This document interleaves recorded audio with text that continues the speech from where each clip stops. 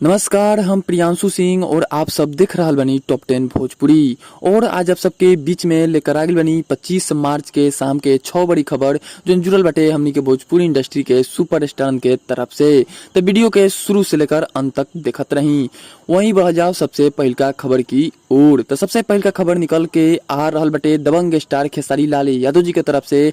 आप सबके बता दी कि खेसारी लाल यादव जी के एक गाना जोन गाना के बोल बा काजल बदल गईली। जी हाँ, आप सबके बता दी अभी तक यूट्यूब पे 50 मिलियन व्यू क्रॉस कर चुकल बाटे और ये गाना के आदि शक्ति फिल्म से डाल गईल रहे, जैसे कि आप सब फोटो के माध्यम से देख सकत तनिजा।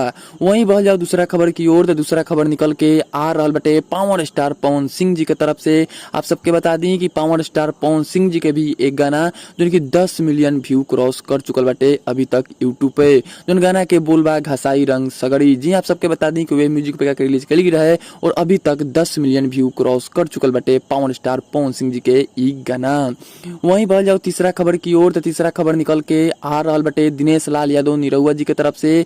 जी आप सबके बता दी कि निरहुआ जी एक नया फिल्म के मुहूर्त कल रात के ही कंप्लीट कैलन। जी आप सबके बता दी कि फिल्म के नाम बा आर्मी और ई फिल्म बॉर्डर जैसन बड़ बजट के फिल्म बने वाला। ई जोन फिल्म बटे आर्मी जोन की बॉर्डर पे शूट हुई। जी आप सबके बता दी कि भोजपुरी के पहला ऐसा फिल्म जोन की बॉर्डर पर ई फिल्म के शूटिंग कल जाई और ई फिल्म में आप सबके हेलीकॉप्टर के भी शॉट देखे के मिली। वहीं आप सबके बता दी कि लीड रोल में बाने दिनेश लाल यादव निरहुआ, वहीं पे रितु सिंह जी और फिल्म के निर्देशक बने सुजीत कुमार सिंह जी, जो की भोजपुरी इंडस्ट्री में फाइट के जबरदस्त डायरेक्टर हमें, जो की fight scene action pack film ई हमेशा बनावत नजर आवेलन।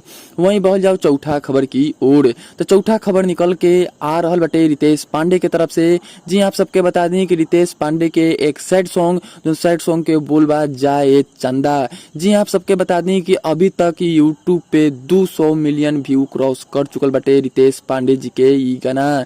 जी आप सबके बता दें कि रितेश पांडे के जिंदगी के दूसरा ऐसा गाना बटे जो की 200 मिलियन व्यू क्रॉस कर चुकल बाटे और जो भोजपुरी इंडस्ट्री में जबरदस्त चलत रहे जब से रिलीज भइल बा और आज तक भी ई गाना बाजेला, जो गाना के बोल बा जाए चंदा।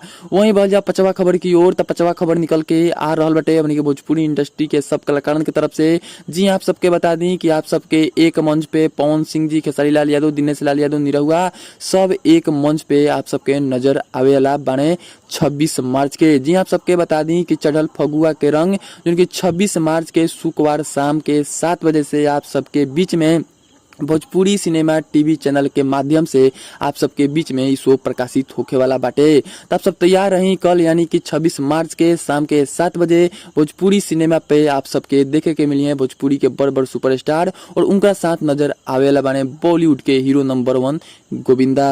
वहीं बहल जाओ छुआ और आखिरी खबर की ओर। तो छुआ और आखिरी खबर निकल के आ रहल बटे प्रमोद प्रेमी यादव जी के तरफ से। जी आप सबके बता दी कि प्रमोद प्रेमी यादव के भी एक फिल्म जो कि आप सबके बीच में होके जा रहल बटे टीवी पे प्रकाशित। जी आप सबके बता दी कि फिल्म के नाम बटे शुभ विवाह, जो की 28 मार्च के शाम के 6 बजे जी बाइस्कोप टीवी चैनल पे आप सबके फिल्म देखे के मिली। तो आप सब तैयार रही 8 मार्च के शाम के 6 बजे से जी बाइस्कोप पे आप सबके प्रमोद प्रेमी यादव के फिल्म शुभ विवाह देखे के मिली। तो कमेंट बॉक्स में आप सब जरूर बताएं कि आज के शाम के 6 खबर में से सबसे अच्छा खबर क्या लगा और जाते चैनल के सब्सक्राइब कर दी और घंटी भी दबा दी। भोजपुरी से जुड़ल छोट बड़ खबर लेकर आवत रहिला। जय हिंद, वंदे मातरम।